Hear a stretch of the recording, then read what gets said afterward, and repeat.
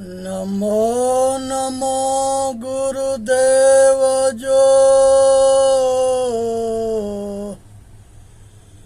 साधु स्वरूपी देव आदि अंत गुण काल के जाननिहारो भेव। साहेब बंदगी साहेब बंदगी साहेब बंदगी।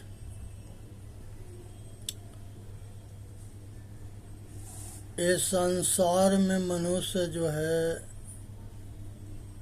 सबसे श्रेष्ठ जोनी है और ये अपना कल्याण जो है मनुष्य जो है मुक्ति के धाम है। मनुष्य जन्म, इस जन्म में अगर वो अपना कल्याण नहीं करता है तो कभी नहीं कर सकता है। इसलिए आज ज़रूरत है कि ये अपना कल्याण करे।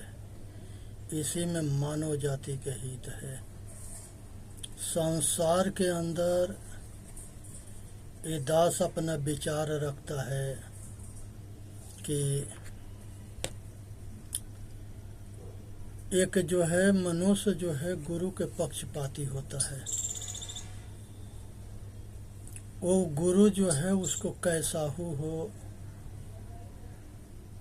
वो गुरु के सत पर नहीं चलता है। गुरु अगर असत्य बात बताता है तो वह सत्य पर अटल होता है और अपने गुरु के पक्ष में दुनिया से लड़ता रहता है। ऐसे आदमी के गुरु पशु कहते हैं। वो गुरु पशु है। गुरु के पक्षपात में सत असत के ना समझना और लड़ना मरना। एक ज्ञान पशु होता है, उसके पास जो है बहुत ज्ञान होता है, लेकिन वो अपने ज्ञान के अहंकारी होता है। वो अपने आगे किसी को लगाता ना है। अपने के आचार्य कहेगा, शास्त्री कहेगा, धर्म मर्मज्ञ कहेगा, अपने के विद्वान ज्ञान के अहंकार में जलता रहेगा। जब अपने आगे किसी को ना लगाए तो ऑटोमेटिक दूसरे से उससे न बनता है। एक पंडित बहुत विद्वान था, बनारस से पढ़ करके आया था। उसने अपने गांव में किसी के अपने बराबर ना समझता था, सबको अपने से छोटा समझता था। किसी से शास्त्रार्थ करने लगता था, इलझ जाता था। एक यादव जी थे, उनसे भी इलझ गया। वो यादव पहलवान था। कहा कि पंडित तो सब कुछ जानता है। वो कहा कि हाँ, हम सब कुछ जानते हैं। कहे कि ये लाठी बताओ कि तुम्हारे शरीर के किस अंग पर पड़ेगा। पंडित हाथ जोड़ लिया कि जहाँ कहेंगे उसके उल्टे जगह मारेगा। कहा कि यादव जी आप जीत गए, हम हार गए। कहे कि ये हमारे लाठी से भूत भी डरते हैं, तुम डरता है तो क्या डरता है। जिसकी लाठी उसकी भैंस। जिसकी ताज तकत जो है शक्तिशाली आदमी के हाथ में होता है। जो बलवान होता है वही शासन करता है, वही बड़ा होता है। अब वो पंडित से घर पर गया। उसकी पत्नी कहे कि पंडित जी आप तो बहुत विद्वान आदमी हो। कहे कि हाँ, हम तो विद्वान हैं। कहे कि ये बताओ कि पाप के बाप कौन है। पंडित जो है अपना पोथी पत्रा घुमाने लगा, देखने लगा। उसके कहीं पोथी पत्रा में ना लिखा था कि पाप के बाप कौन है।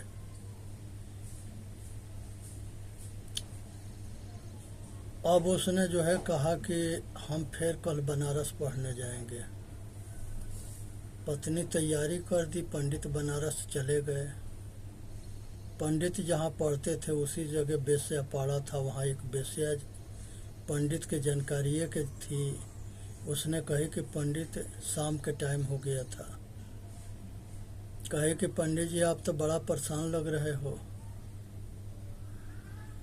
पंडित कहे कि हाँ परेशान है। वो कहे कि हम परेशानी के कारण जान सकते हैं। कहे कि क्यों नहीं जान सकती हो। उसने अपना परेशानी बताया कि हमारी पत्नी पूछी है कि पाप के बाप कौन है, हमने अभी तक ले इसको ना जाना है। इसी को जानने के लिए दोबारा बनारस काशी में आए पढ़ने के लिए। कहे कि इतना बात तो हम ही बता देंगे। पंडित जी कहे कि बहुत अच्छा, चलो बता दो। कहे कि हमारे साथ चलो घर पर बताएंगे। पंडित जी साथ में चले गए। शाम के मौसम था। उसके बाद से उनको नाश्ता ले आई। कहे कि पंडित जी ये नाश्ता कर लो, 500 रुपया दी। पंडित जी कहे कि कोई ना है, कौन देख रहा है, अपना जम के नाश्ता कर लिए। उसके बाद से शाम के खाना हुआ। 500 रुपया और दी। कहे कि पंडित जी खाना खा लो। पंडित जी कहे कि दक्षिणा अच्छा मिल रहा है, खा लो। का फर्क पड़ता है, भोजन तो भोजन होता है। उसके बाद जब सोने का समय हुआ तो बेस्या कही कि पंडित जी हमारा थोड़ा शरीर दबा दो। 1000 रुपया दी। कहे कि कौन देखता है। सारा कपड़ा हटा दी और सामने पड़ गए, सो गए। कहे कि शरीर दबा दो। पंडित जी के सिर पर भूत चढ़ गया। अब ये पंडित जी होश में न रहे और पंडित जी जो है अपने आप के उस गड्ढे में डूब गए। फिर उसके बाद जो करना था किए। उसके बाद से सवेरे जो है पंडित जी नहा धोआ के टीका फंदा मार करके पूरा वेशभूषा बना करके तैयार हो गए। कहे कि बेस्या तुमने जो है वो प्रश्न के उत्तर बता दो, हम जाएंगे। कहे कि पंडित जी वो उत्तर यही है, उस जो है पाप के गड्ढे से आपके नहवा दी, आपके पता न चला। कहे कि नहीं। कहे कि ये जो स्त्री के भोग विलास में जो डूब गए हो और जो अपने आग के बुझा के शांत किए हो, यही पाप के बाप लोभ है, कामना है। काम क्रोध और लोभ ये नरक के दरवाजा है। तो इसमें लोभ पाप के बाप है। संसार में दुनिया में किसी के अगर पतन हुआ है वो लोभ के पीछे हुआ है, अहंकार क्रोध के पीछे हुआ है। ये नरक के दरवाजा है। तो समझ लिए कि पाप के बाप लोभ है। पंडित जी जो है जब उसके घर से निकले तो पंडित के एगो समाज आ रहा था, वो देख लिया। पंडित जी जो है हकीकत में साँच सब कुछ बता दिए। पंडित समाज उनको वहाँ से अपने समाज से बहिष्कार कर दिया। वो बेस्या इस्लामी थी। लास्ट में पंडित जो है वो इस्लामी से भी शादी कर लिए, उसके साथ रहने लगे। उन्होंने पंडितन से हाथ जोड़ करके प्रार्थना किए थे, बहुत कुछ कहे थे कि आप सब हमके अपना लो, लेकिन पंडित समाज नहीं माना था। फिर उसने जो है वही बेस्या इस्लामी थी, उसके संगे जो है शादी कर लिए। करने के बाद बेस्या के कहे कि जो है तुम अपने जितने ग्रंथ है वो ग्रंथ में ऐसे मिलावटबाजी कर दो कि इस्लाम और हिंदू ये दोनों एक हो जाए। ये जो है दोनों के जो दरार है वो टूट जाए, तो वो जो है संस्कृति के विनाश हुआ, मिलावटबाजी हुई, इतिहास में मिलावटबाजी हुई, सब ग्रंथ में मिलावटबाजी हुई। उसके बाद से जो है ये चीज़ को समझने की विषय है कि ये पंडित समाज जो है, अगर वो पंडित के अपने में मिला लेते तो ये पंडित सब मुसलमान हो जाते, लेकिन ये सब के तो खेल खेलने में मज़ा आया। कोई उसके पानी पी लिया तो मुसलमान हो गया, खाना खा लिया तो मुसलमान हो गया, शादी वो किसी लड़की से साथ रह लिया तब मुसलमान हो गया। इस तरह से जो है लोग के भ्रमित करके हिंदू मुसलमान के दोनों के अगर कोई लड़ाने वाला है तो यही विधर्मी है सब। इनकी पॉलिसी थी फूट डालो, राज करो, मूर्ख बनाओ, पैसा कमाओ, दोनों के तोड़ मरोड़ के लड़ाते रहे। आज ज़रूरत है कि ये सबसे ऊपर उठनी है और अपना कल्याण करना है, इसी में मानव जाति के हित है। यहाँ पर जो है ज्ञान के अहंकार हो जाता है तो वो मूर्ख ना होता है, वो महामूर्ख होता है। उसके अंदर ये किसी के न सुनेगा न मानेगा, और कोई उसके सलाह देगा तो उसे वो दुश्मनी कर लेगा, बैर कर लेगा, उसको नीचा गिराने के लिए सगरी हद पार करेगा। इसी तरह से विद्वान होता है। वो विद्वान विद्या के जब अहंकार होता है तो ये भी अपने आगे किसी के ना लगाता, और ये विद्या के अहंकार भी महामूर्ख होता है। ये भी जो है अपने आगे किसी के ना लगाता है, और उस अहंकार में ये खुद डूब मरता है। जैसे ज्ञानी ज्ञान के अहंकार में डूब मरता है, अपना पतन कर लेता है, उसी तरह से विद्वान भी जो है अपना पतन कर लेता है। सांसारिक विद्या के अहंकार होना ये विद्वान की खेल है, और आध्यात्मिक विद्वान होने के अहंकार हो जाए तो वो जो है अचेत हो जाता है, लापरवाह हो जाता है, आध्यात्मिक मार्ग से भी भटक जाता है। तो ये ज्ञान के अहंकारी ज्ञान पशु है, विद्या के अहंकारी विद्या पशु है, धन के अहंकारी होता है। ये अपने आगे किसी को लगाता ना है, और अपने धन के दुरुपयोग करता है, सदुपयोग ना करता है, और इसके भी दिन दशा खराब होता है, ये अपना पतन करता है। इसलिए ऐसे धन के अहंकारी से भी बच के रहना है। एक जो है बल के अहंकारी होता है, शक्ति के अहंकारी होता है, बलवान होता है, पहलवान होता है। वो अपने बल के आगे किसी को नहीं लगाता है, और वह अपना बल के दुरुपयोग करता है, अत्याचार करता है, समाज के अहित करता है।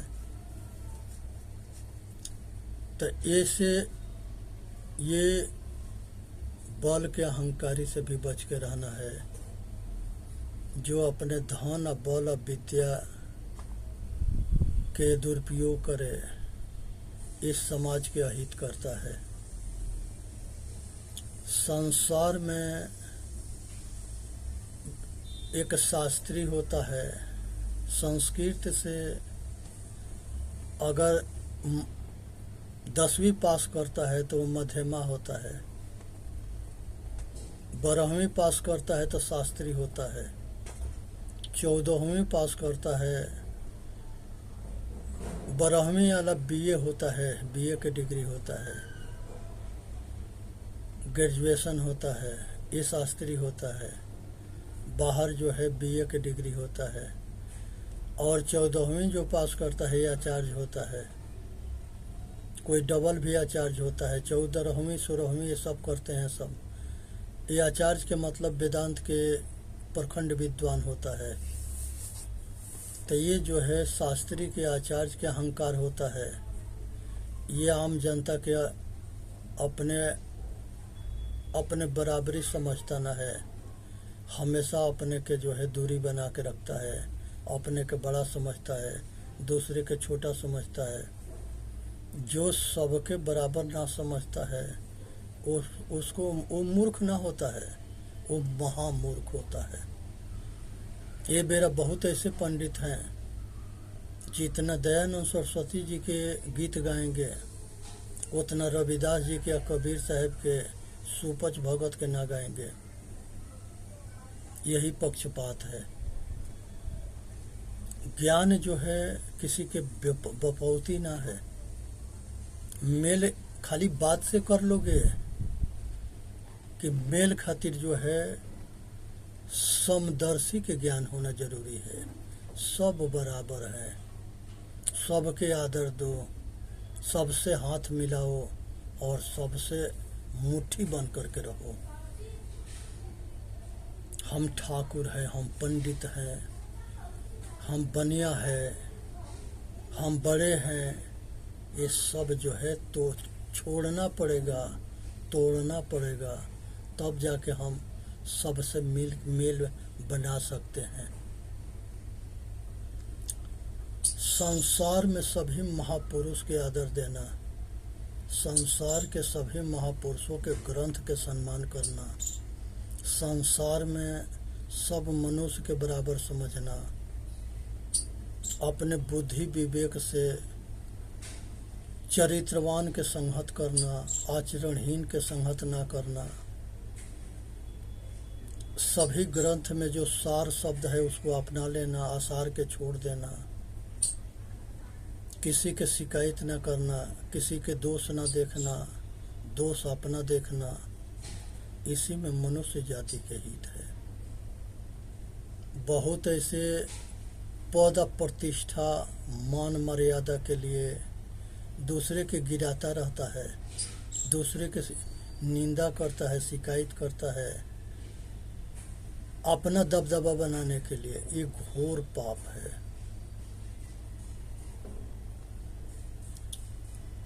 ये ऐसा नहीं करना चाहिए। सबके सम्मान करो, सबके मौका दो। तो ये पद और प्रतिष्ठा, राजपाट के जो पशु होता है वो जंगल में शिकार खेलता है, वो जानवर के मारना पहले सीखता है, उसके बाद उसके मांस खाना सीखता है, फिर उसके बाद उसके राज के अंदर बहुत गुरु होते हैं, पंडित होते हैं, उसको मूर्ख बनाएंगे, मार्गदर्शन दे के भटकाएंगे। उसके बाद वो बेस्याबाज होता है, उसके बाद से जो है वो आचरणहीन होता है, फिर वो जो है शराबी हो जाता है, शराब पीता है, बेस्यागिरी करता है, हिंसा करता है, मांस खाता है, जुआ खेलता है, अधर्म राज युधिष्ठिर बना रहता है।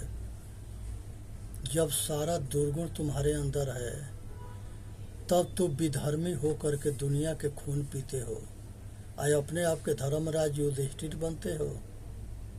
दुर्भाग्य है भारत के। ऐसे राजा से भी सावधान रहना है। ये राजा जो है समाज के मार्गदर्शन नहीं दे सकता है, क्योंकि मर्यादा के कर्तव्य के विमुख हो जाता है। ये तो जंगल में जानवर के संग जानवर बना है, और जो राज में इसके गुरु हैं, जो राज के अंदर वो रानी के संग मौज मस्ती मारते हैं सब। ऐसा कोई राज के रानी ना रही जो ये पंडितन के चक्कर में ना आई। इसीलिए राज में दो दल बन जाते थे और इसी तरह से अनेकों रानियां होती थी, दासी पुत्र होते थे, सब आपस में लड़ते थे और सब आपस में एक दूसरे के जान के दुश्मन बने रहते थे। आज जरूरत है कि ये बात को समझने के। कृष्ण भगवान गीता में कहते हैं कि हे अर्जुन, बड़े लोग जैसे कर्म करते हैं वैसे छोटे लोग भी करते हैं। इसलिए बड़े लोग के अपने अपने जो है कर्म के ठीक रखना जरूरी है, आचरण के ठीक रखना जरूरी है, और महान कर्म करके महान संस्कृति के जन्म देना जरूरी है।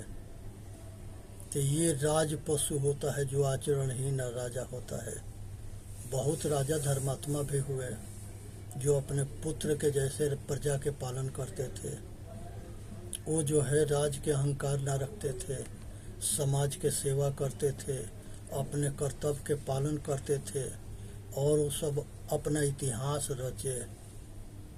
आज ज़रूरत है अपना इतिहास रचने के, अपने कर्तव्य के पालन करने के। संसार के अंदर जो है बहुत ऐसे भोगी होता है जो रोगी होता है। वो शब्द स्पर्श रूप रस गंध और लुगाई के गुलाम होता है, लुगाई के भोग में रात दिन पागल रहता है। अनेकों लुगाई राज में रहती है, पत्नी भी रहती है, वो महापेट हो जाता है, उसके पेट ना भरता है। तो ये जो है विषय भोग के आसक्त जो होता है, ये बहुत विषय भोग भोगने वाला जो अंधा है ये भी पशु है। इसको इसके राज भोग पशु कहते हैं। इसी तरह से ये विषय के आसक्ति होता है। ऐसा आसक्ति रूपी डोर में बंध जाता है कि किसी के सीख ना मानता है, ना किसी के बात मानता है, और ये अपना मर्जी के अनुसार मनमुखी बन करके जो मर्जी करता है वही करता है। इसलिए आज ज़रूरत है कि ये जो है ज्ञान पशु, विद्या पशु, धन पशु, शास्त्री पशु, आचार्य पशु, राजपाट पशु, पर्थ प्रतिष्ठा पशु, रूप पशु, बहुत ऐसे रूपवान औरत होती है वो अपने आगे किसी के न लगाती है, ये रूप पशु है। इसके रूप का अहंकार होता है, एक दिन उसके रूप बर्बाद हो जाता है, न घर के रहती है न घाट के रहती है। और रूप पशु, भोग पशु, आसक्ति पशु, ये सब पशुता के छोड़े ये 10 तरह के पशु होते हैं। ये वीडियो के लाइक करें, सब्सक्राइब करें, अपना कल्याण करें और पशु ना बने, विवेक और वैराग्यशील बन करके अपना कल्याण करे, मनमुखी ना बने, गुरुमुखी बने, अब संत गुरुओं के आज्ञा के अनुसार अपना कल्याण करे। इसी में मानव जाति का हित है।